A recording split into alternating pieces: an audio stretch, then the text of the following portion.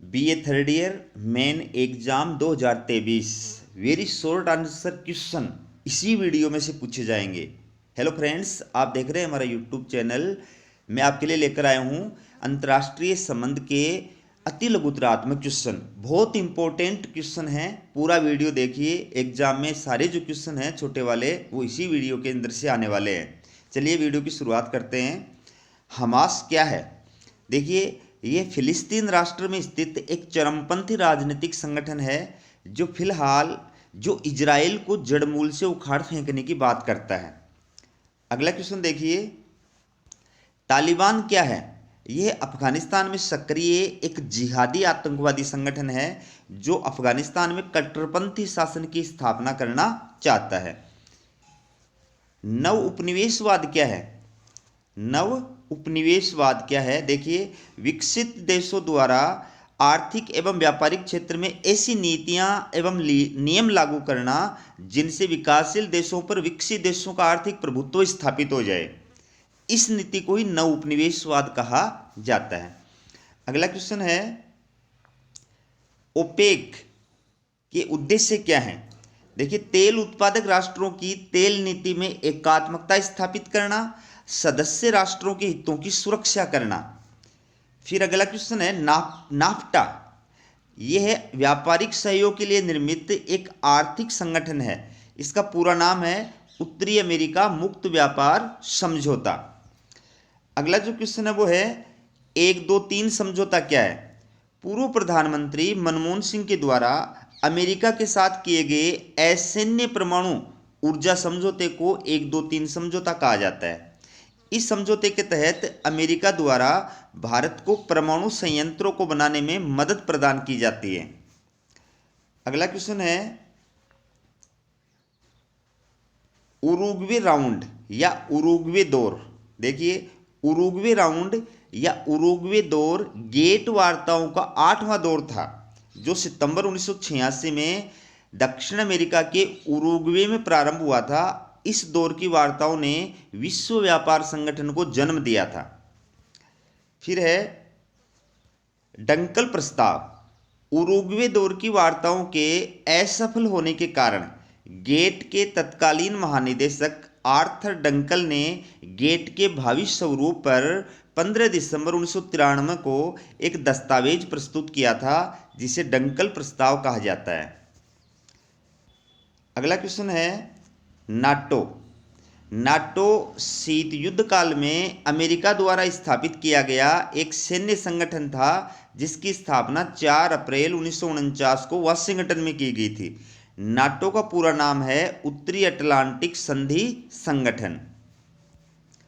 अगला क्वेश्चन है, नई स्टार्ट संधि।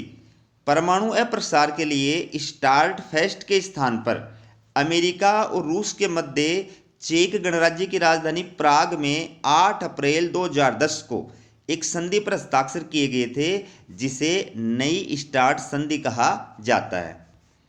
अगला क्वेश्चन है, एक्ट ईस्ट पॉलिसी।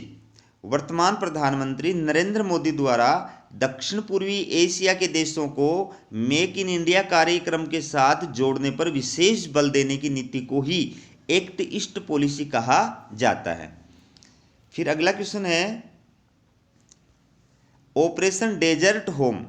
अमेरिका और ब्रिटेन द्वारा 16 फरवरी 2001 को बगदाद के 5 सैन्य ठिकानों पर प्रक्षेपास्त्र द्वारा हमला करने के लिए चलाए गए अभियान को ही ऑपरेशन डेजर्ट होम कहा जाता है।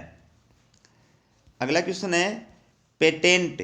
यह एक कानूनी एकाधिकार है जो किसी नई खोज या उपलब्धि का स्वामित्व रखने वाले व्यक्ति या कंपनी को एक निश्चित अवधि के लिए प्रदान किया जाता है। पेटेंट धारक की अनुमति के बिना उस उत्पाद का निर्माण, प्रयोग, विक्रय या आयात नहीं किया जा सकता है। अगला क्वेश्चन है, हिमतक्षेस।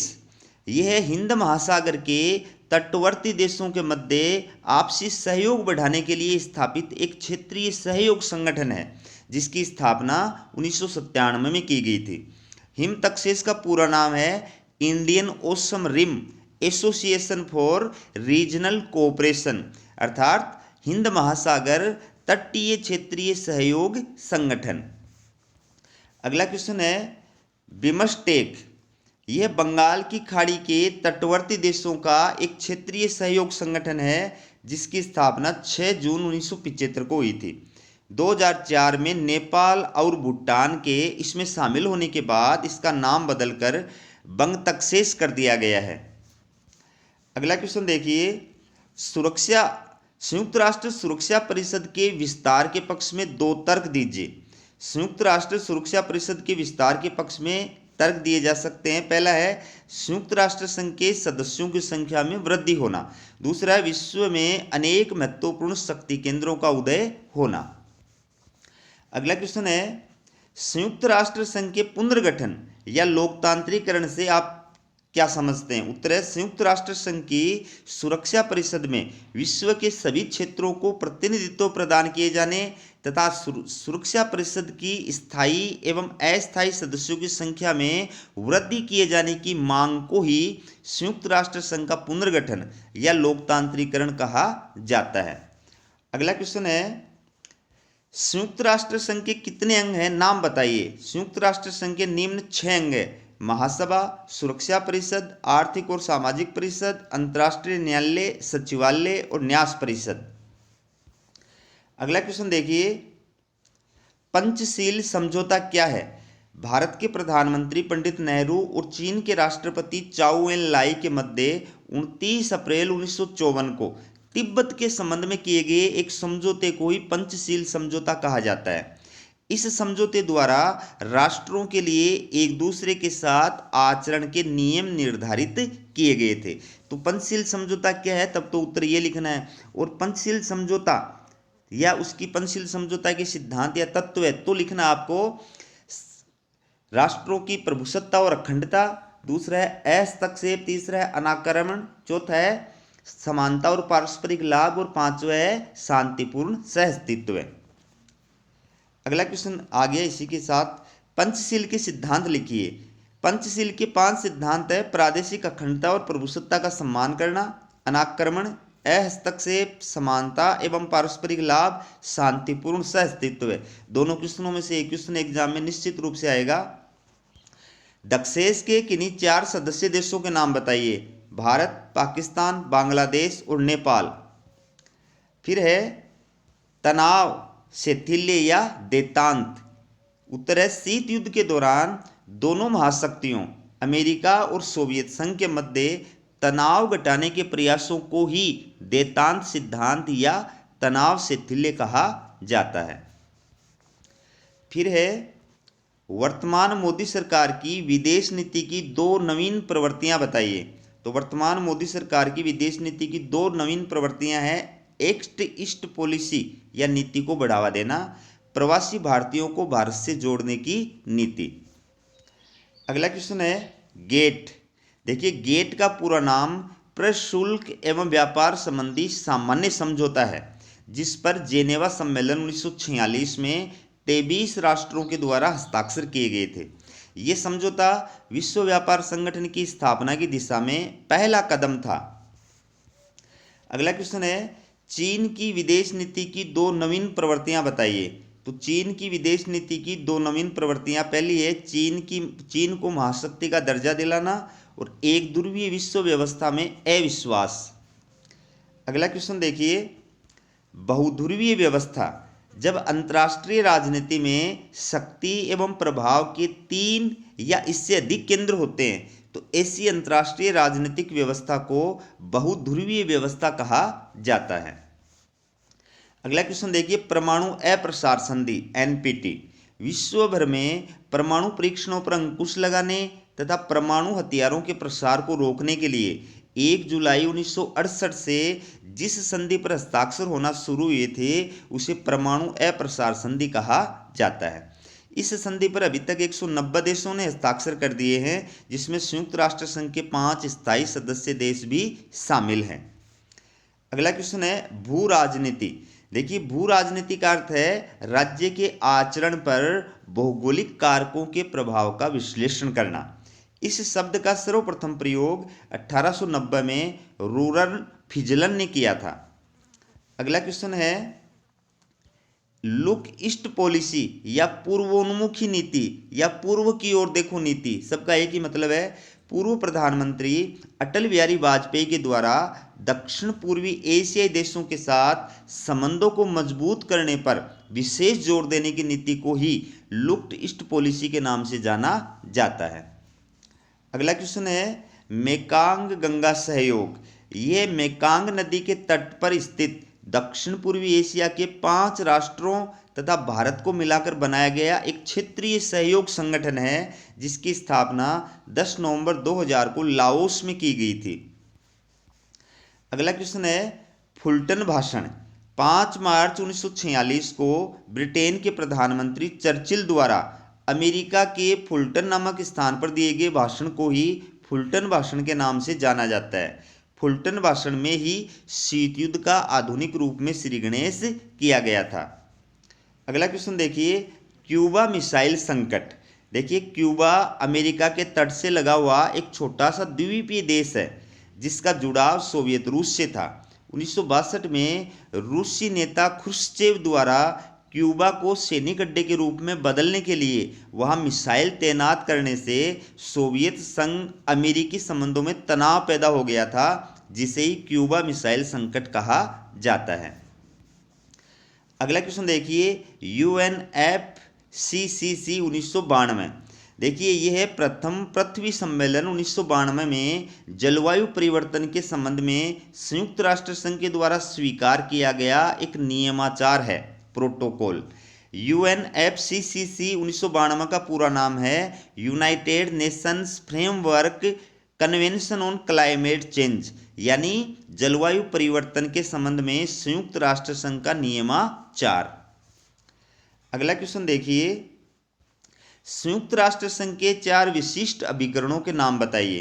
तो संयुक्त राष्ट्र संघ के 4 विशिष्ट अभिकरणों के नाम विश्व व्यापार संगठन WTO, विश्व स्वास्थ्य संगठन WHO, संयुक्त राष्ट्र शैक्षणिक वैज्ञानिक एवं सांस्कृतिक संगठन यूनेस्को और संयुक्त राष्ट्र अंतर्राष्ट्रीय बाल अपराध कोष यानी यूनिसेफ।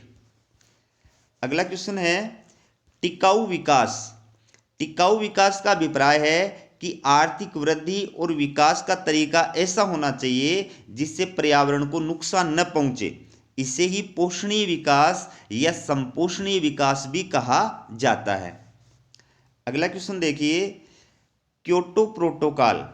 पर्यावरणीय मुद्दे पर संयुक्त राष्ट्र संघ के तत्वाधान में 1997 में जापान के क्योटो शहर में आयोजित सम्मेलन में स्वीकार किए गए नियमाचार को ही क्योटो प्रोटोकॉल कहा जाता है।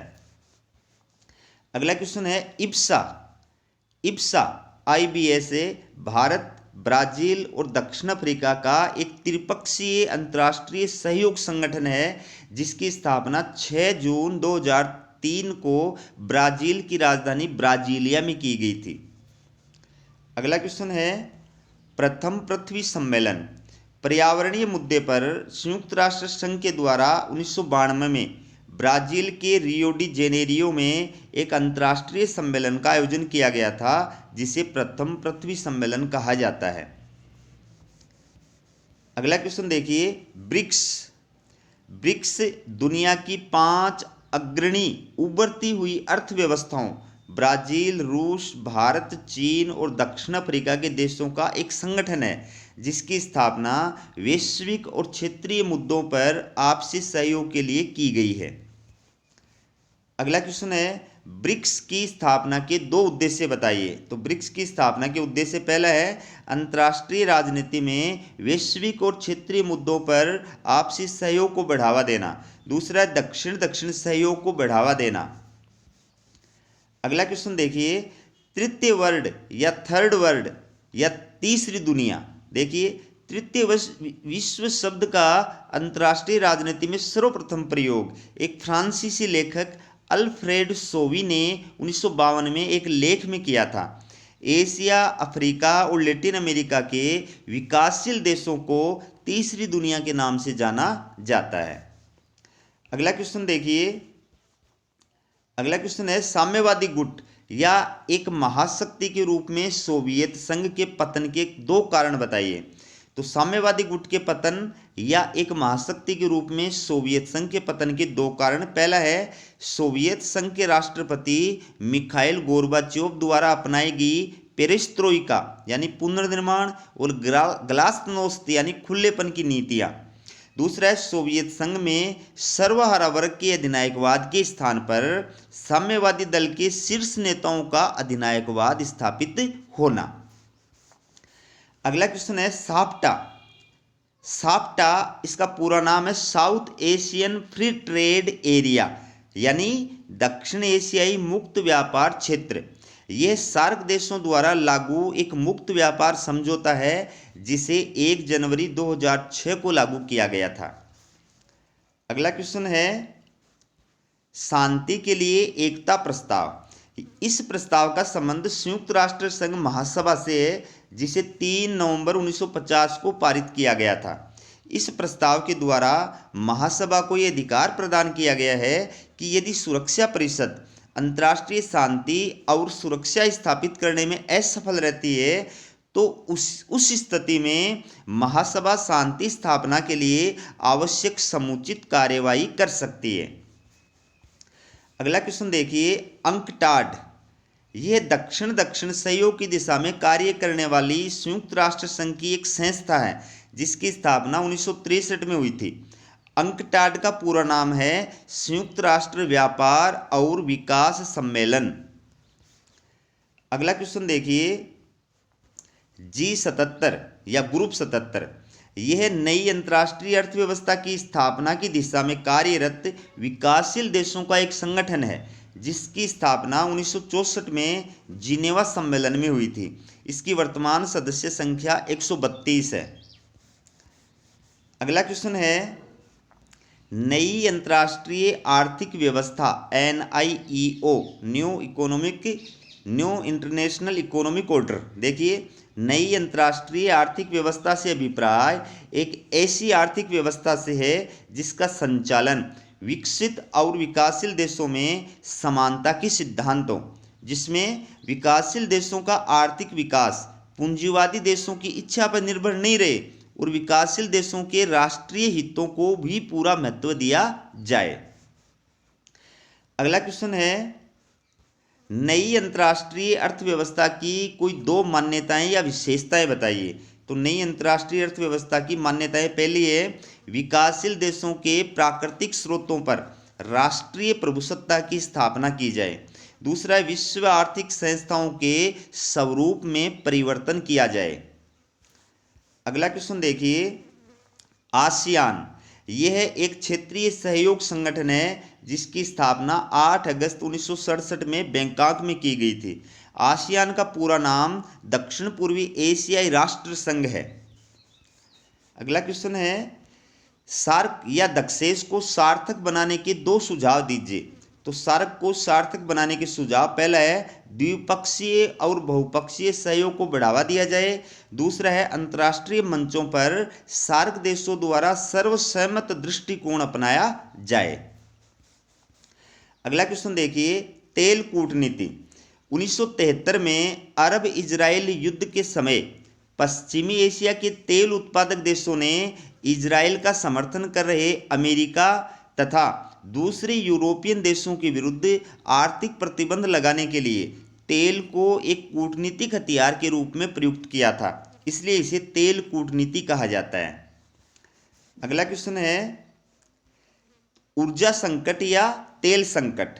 1973 में अरब इजराइल युद्ध के समय पश्चिमी एशिया के तेल उत्पादक देशों द्वारा इजराइल के समर्थक अमेरिका तथा दूसरे यूरोपीय देशों के विरुद्ध आर्थिक प्रतिबंध लगाने का फैसला कर उन्हें तेल निर्यात करना बंद कर देने से उत्पन्न अंतर्राष्ट्रीय संकट को ही ऊर्जा संकट या तेल संकट कहा जाता है। अगला क्वेश्चन है लैंगिक न्याय। लैंगिक न्याय का अर्थ है कि किसी के साथ लिंग के आधार पर होने वाले अन्याय और भेदभाव को समाप्त करना तथा उन्हें सम्मानजनक जीवन, स्वतंत्रता और समानता का अधिकार प्रदान करना। अगला क्वेश्चन, तो दोस्तों ये हमारे अंतर्राष्ट्रीय संबंध के अति लघुतरात्मक क्वेश्चन है और पूरा वीडियो इम्पोर्टेंट है। आपके जो 10 क्वेश्चन आएंगे वो इसी वीडियो के अंदर से आएंगे, तो इसलिए अपने दोस्तों के पास वीडियो का लिंक शेयर करें ताकि ज़्यादा से ज़्यादा आपके दोस्तों को फ़ायदा हो सके। हमारे चैनल को सब्सक्राइब नहीं किया है तो सब्सक्राइब करो ताकि इसी प्रकार के और आपको इम्पोर्टेंट टॉपिक से रिलेटेड वीडियो जो है वो मिल सके। हमारा वीडियो देखने के लिए आपका बहुत बहुत धन्यवाद।